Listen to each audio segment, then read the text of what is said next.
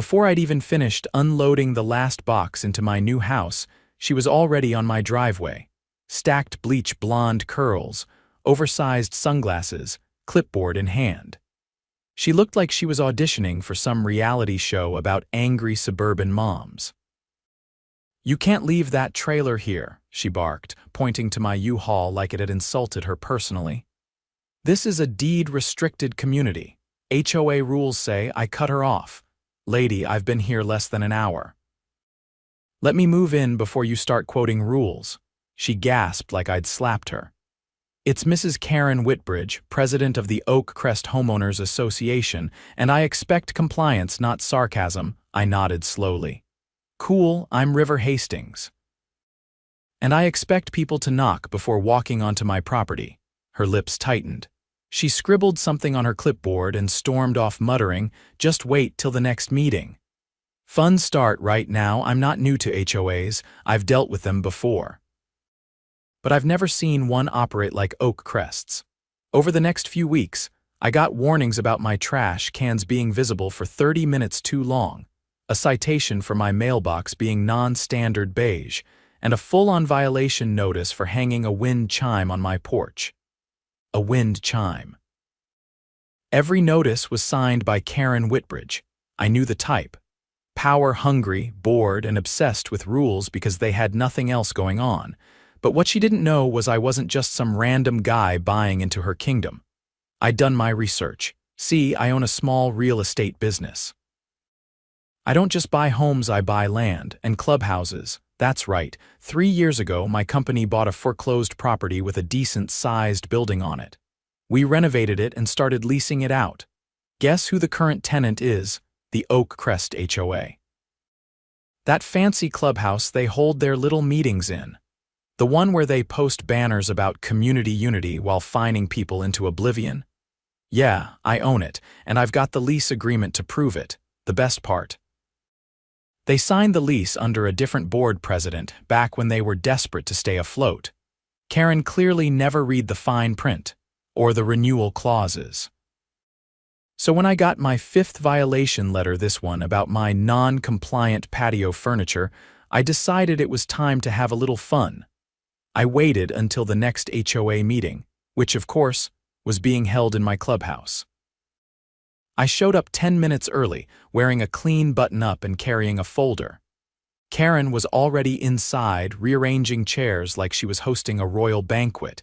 She spotted me and narrowed her eyes. "This meeting is for board members and homeowners only?" I smiled. "Good thing I'm both," she scoffed. "You're not on the board." "No," I said, walking past her to the front of the room. "But I do own the building, which makes me your landlord." You could have heard a pin drop. Her hand froze mid-clipboard. I opened my folder, pulled out a copy of the lease agreement and placed it on the table in front of her. "This is the rental agreement you've been operating under, signed 3 years ago, monthly payments still on time, thank you very much." Karen's face drained of all color. I continued, "According to this, I have full authority to inspect the premises at any time, request use of the facility for personal or business events, and if needed, terminate the lease with a 30-day notice without cause." Karen tried to find her voice. You can't just—" "I can," I said, "and I will, unless some things around here start to change." She looked around to the board members, clearly expecting backup, but most of them were staring at the lease agreement like it was a nuclear warhead. "Let me put it this way," I leaned closer. "You want to keep using my building to run your little HOA empire? Then stop harassing me over my mailbox color." "Got it." Karen looked like she was chewing gravel, but she didn't say a word. Karen didn't say a word the rest of the meeting.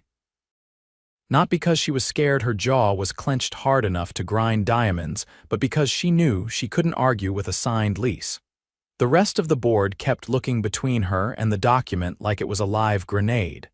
I didn't need to say anything else. I'd planted the seed. Now I just had to let it grow. Over the next few days, the violation letters stopped showing up. I came home one afternoon to find my wind chime still swaying peacefully, undisturbed. Trash pickup day came and went without any warnings. For a second, I thought they'd finally gotten the message. Then I noticed something strange. My mailbox was leaning to the side. Not broken, not damaged, just shifted like someone had loosened it. A few bolts were missing. Nothing major, but just enough to make it look like I hadn't secured it properly. 2 days later, I received a notice taped to my door. Unstable mailbox safety hazard violation of community safety standards fine, $150. I laughed. Not because it was funny, but because it was pathetic. That's how far she was willing to go, unscrewing hardware in the middle of the night just to manufacture a violation. I took the letter inside and filed it. I wasn't going to pay it, obviously, but I was definitely going to use it. That weekend, I installed 2 discrete cameras. One pointed at my driveway, the other covered the mailbox and sidewalk. I didn't tell anyone, just let it roll. A week went by. No incidents. Then, at exactly 3:12 a.m. on a Thursday, my phone pinged, motion detected. I pulled up the feed. Sure enough, a figure in a hoodie was crouched by the mailbox. They had a flashlight and what looked like a wrench. I zoomed in. The person stood up for a second to adjust something and pulled the hood back. Karen, she looked both ways and then went back to fiddling with the bolts. I watched her actually remove the entire top half of the mailbox, drop it into a bag, and walk off like she was taking out the trash. The next morning, another notice was taped to my front door. Mailbox missing. Emergency safety violation. HOA will replace at homeowner's expense. $300. I didn't even bother pulling it down. I just took a photo of it hanging there and added it to the folder labeled evidence. That afternoon, I filed a police report. Tampering with private mailboxes is a federal offense, and I had video. I made sure to drop off a copy at the station along with a printed timestamp from the security feed and the signed HOA violation note that conveniently matched the crime. The officer raised an eyebrow when he saw the footage. "She's the HOA president?" he asked. "Yep, bold move." "Oh, she's just getting started," he nodded. "We'll open a case, and you might want to let the postal inspector handle part of this. It crosses federal lines." I thanked him and left. That evening, I attended the board's open forum meeting, mandatory once a quarter. The clubhouse was half full, mostly with residents who'd given up trying to fight the board and now just showed up to quietly seethe. Karen walked in 10 minutes late, acting like she owned the building. I stood near the back, leaning against the wall. She didn't see me at first. The meeting kicked off with her droning on about landscaping budgets and lawn maintenance guidelines. People looked bored. Then she casually slipped in the new mailbox compliance initiative, which, according to her, would help prevent safety hazards and community liability. When she asked for a vote to approve a new $500 fine structure for non-regulation mailboxes, I stepped forward. "Before we vote," I said loudly, "I'd like to show the room something." She froze mid-sentence. The rest of the board looked confused. I pulled out a small projector from my bag and set it on the table. "Security footage," I said, "from my property." Last Thursday morning, the projector flicked on. The timestamp was clear. So was the figure on screen crouching by the box. Several people gasped. Someone in the front row whispered, "Is that Karen?" The video kept rolling. Her face was unmistakable. I turned to the board. "I've already submitted this to the local police, and the postal inspector's office has opened a federal case. Tampering with private mailboxes is a felony." Karen's eyes darted toward the exit. She didn't move. One of the board members leaned forward. "Karen, is this real?" She didn't answer. I stepped closer to the front. "And let me make this very clear. If any retaliation comes my way, more footage goes public. I've got cameras covering my entire property now. And I've got no problem pressing charges for trespassing." Karen reached for her clipboard, but no one was listening anymore. A dozen residents were pulling out their phones, snapping pictures of the video, the timestamp, and her face. "Meeting adjourned," one of the board members said abruptly. Karen opened her mouth to protest, but another board member added, "Yeah, this is done for tonight." She stood there frozen as people filed out, whispering and shaking their heads. I packed up the projector and walked past her. She looked at me, teeth clenched. You think this makes you untouchable? No, I said. It makes me prepared. The next morning, a sheriff's deputy showed up at her house. I didn't see her get cuffed, but I did see the cruiser parked outside for over an hour. When it pulled away, she wasn't in her yard anymore. The board tried to keep things quiet, but word spread fast. By the weekend, half the neighborhood knew. A group of residents started organizing a petition for a recall election. Turns out, Karen had racked up quite a few enemies, people who'd kept quiet for years because they didn't think they had any power. Now they knew otherwise. I started getting thank you notes in my mailbox. One guy dropped off a 6-pack and said, "You cracked the dam wide open, man." I didn't do it for gratitude. I did it because I hate bullies. Always have. And Karen had built a kingdom on fear and manipulation. All it took was one video to bring it crashing down. But the clubhouse was still under lease, and I had other plans for it. By Monday morning, the energy in Oak Crest had shifted. Residents who'd once kept their heads down were now stopping each other on sidewalks, sharing stories, comparing old letters, and more importantly, organizing. Karen's name was on everyone's tongue, but now in past tense. No one had seen her since the sheriff's cruiser pulled away from her house, not even the board members. One guy down the block claimed she'd left town for a family emergency. Another swore he saw her packing her SUV at sunrise. No one really cared why she was gone. They just cared that she was. I spent that morning drafting a formal notice of lease adjustment and dropped it off with the remaining board members. Nothing dramatic, just a requirement that all future community meetings be scheduled through me directly, and that any events held in the clubhouse needed to be approved 72 hours in advance. With Karen out of the picture, they didn't protest. One of them, Alan, even thanked me for stepping in when things got out of hand. Out of hand? I raised an eyebrow as I signed the last document. You all let her run this place like a private dictatorship. Alan looked down at the table. We didn't know what she was doing. Not everything? You didn't want to know, I corrected. There's a difference. He nodded once quietly, then left without further comment. That afternoon, I met with a few neighbors who'd asked me to look over some of their HOA-related documents. Among them was a retired machinist named Glenn who'd lived on Oak Crest Lane since the late 80s.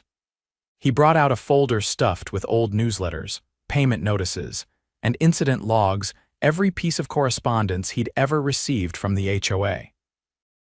"Take a look at this," he said, laying out a faded letter from 5 years ago. "They fined me for repainting my fence without permission. Only thing is, I never touched the fence, not once." The letter was signed by the then vice president of the board. The same name appeared on 5 other documents in Glenn's folder, each issuing fines or citations without any documented inspections, photos, or confirmation. That name, Carolyn Reese, was still on the board today. I started cross-referencing Glenn's paperwork with other residents' files. It didn't take long to spot a pattern. Dozens of fines had been issued over the years without backup documentation.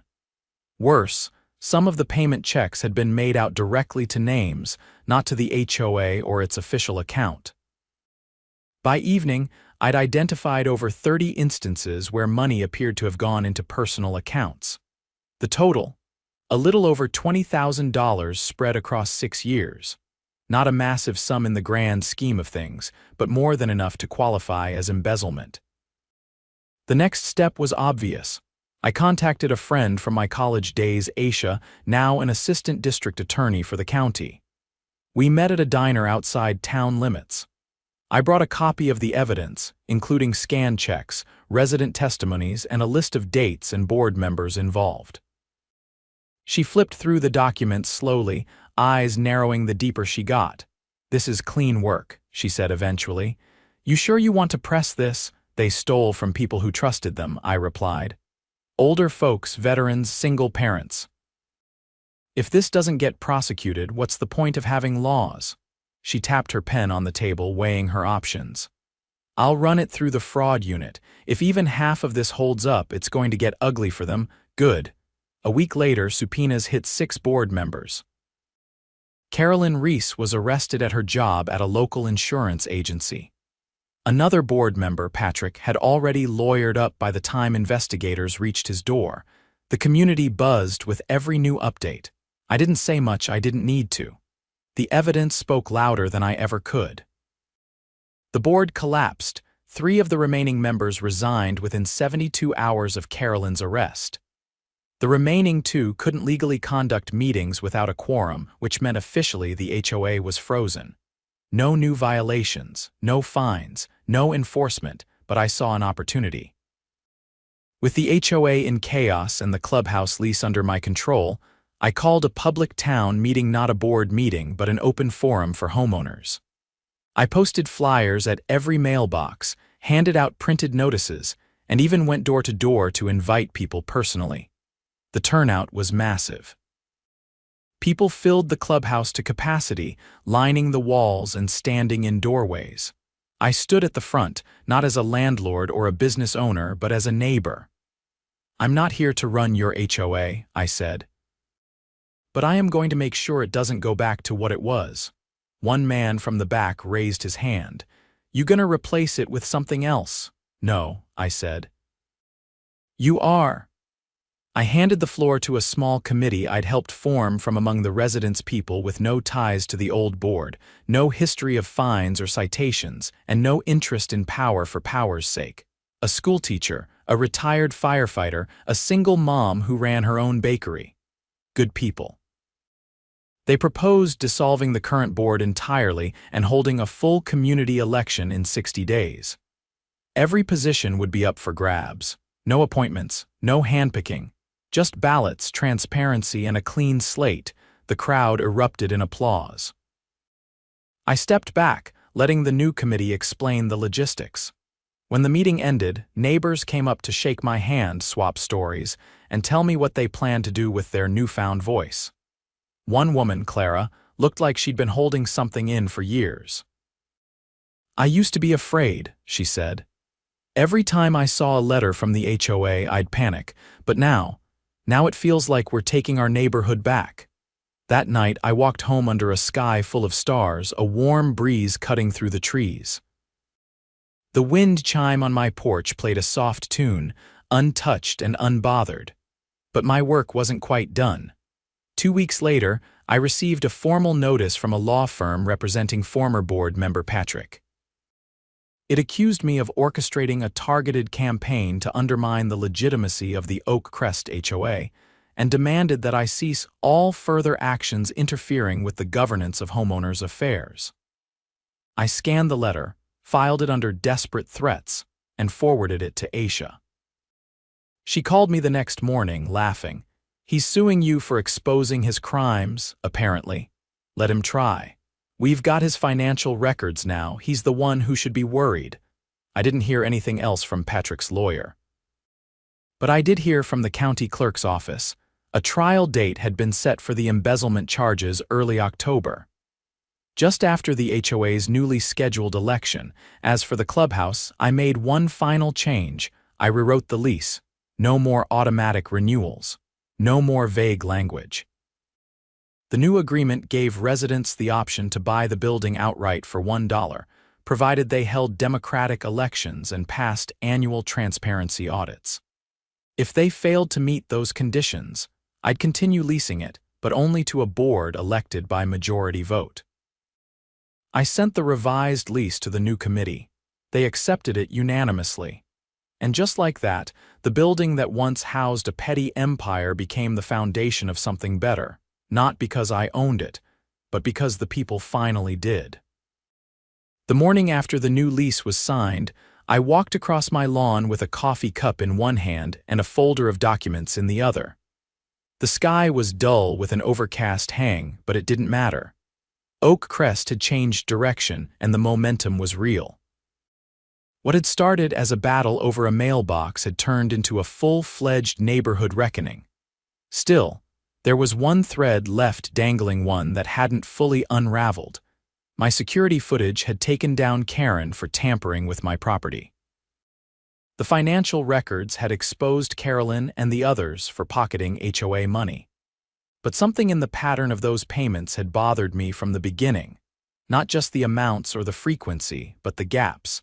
There were payments listed from homeowners who swore they never paid a dime. One widower, Mr. Langford, had supposedly paid over $600 in landscaping compliance fines 2 years ago. But his memory was sharp, and his records were meticulous. He'd never written a check in that amount, and certainly not to the name listed on the ledger. Community Services Consultant Group. The name sounded official, but I couldn't find any trace of such a company registered in the state. That wasn't just suspicious, it could be criminal. I took it to Aisha, who was already deep into prosecution prep for the embezzlement trial.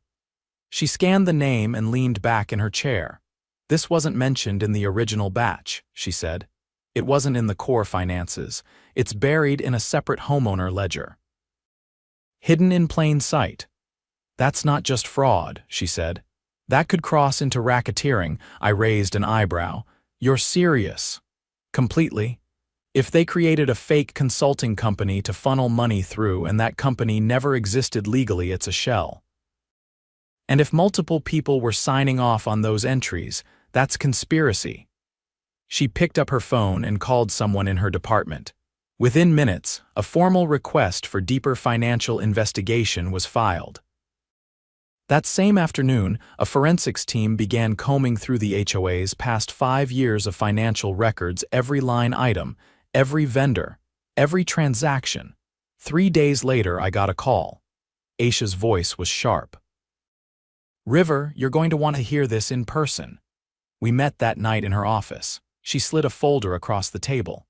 They created a fake third-party vendor during Karen's first year as president. The name was registered to a P.O. box 3 towns over. The payments were sent regularly, always just under thresholds that would trigger audits. Who was collecting? A bank account in Patrick's name, but guess who authorized the vendor? She turned over a sheet, Carolyn's signature. "And here's the kicker," Aisha said. "They used the vendor to bill for services that were never performed: tree trimming, sidewalk repairs, irrigation upgrades. None of it ever happened, but the HOA charged residents. They billed the fake company, and the money disappeared." I shook my head. "How much?" "Over 60,000, she paused, "and it gets worse."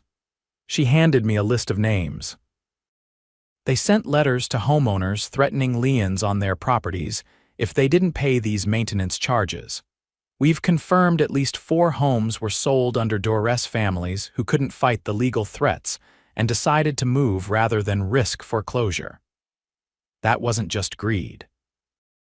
That was cruelty. I looked at the list. One name stood out, the DeLucas, a young couple who'd moved out the year before I arrived. I remembered hearing a vague story that they'd left after a dispute, but no one had known the details. They extorted people out of their homes. Aisha nodded. "And with the forged legal notices, it's not just civil liability. It's criminal. We're filing charges for wire fraud, mail fraud, conspiracy to extort, and misuse of private financial instruments. Will they all be indicted? Patrick, Carolyn, and Karen for sure. 2 others are being investigated. One of them was a notary who certified the fake lien notices. The other worked for the title company Karen's cousin owned. He expedited the property transfers." I stood up, pacing slowly. "They weaponized the HOA to force people out. To steal their equity." Aisha's voice was calm but firm.